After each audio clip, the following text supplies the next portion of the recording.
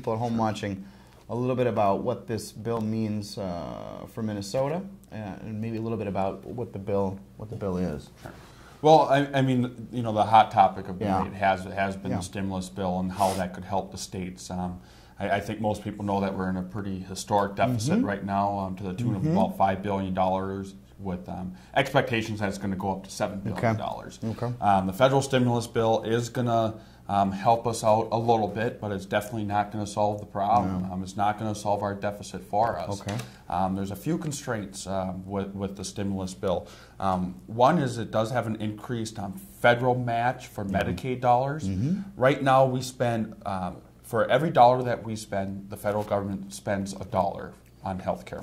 So it's 50-50. The federal stimulus bill increases that percentage by 6.2%. So now under this bill, the federal government will spend 56.2%, and then the state, Minnesota, will pick up the remaining 44%. There's a stipulation with those dollars that we can't affect eligibility in any way when it comes to our health care program. So the good news is, you know, the potential of 200,000, 115,000 people losing health care may not be as great, and we'll have some additional help, but you know, it also is not going to solve our problem. And you know, that's one of the things that we're trying to figure out, how the mechanisms work within each other, because another portion of that was some education funding.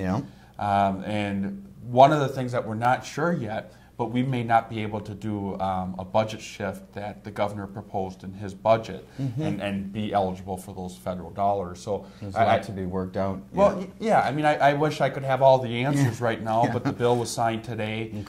We're still trying to you know, peel back the layers and figure out what's underneath, and you know, it's going to help us out. But with that said, we have a structural problem with our budget. You know, and we can't count on a federal stimulus bill every 2 years.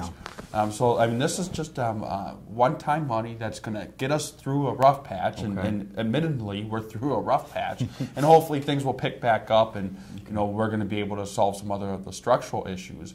But I want to caution people from thinking that, you know, this is you know, going to be the answer to our challenges, because it's not. It's just going to help us cushion the blow a little bit.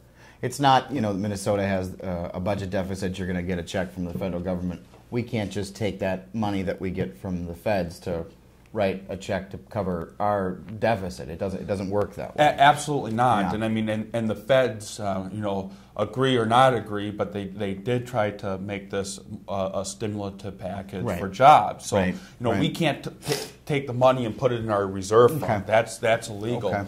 And you know, I think a lot of people have been seeing, you know, some of the layoffs in the healthcare industry, and you know, when people do lose a job, oftentimes they lose health insurance. So that's why part of the bill was focused towards that Medicaid portion, towards health insurance, because we know that it's one of the bigger areas of our economy is the healthcare sector, and two, that when people, you know, fall on rough times, one of the first things to go is healthcare. So you know, the money is for specific targeted things to maintain or increase jobs, and not towards other things that we can just, you know, spend the money however we want. They don't just hand it out like that, unfortunately.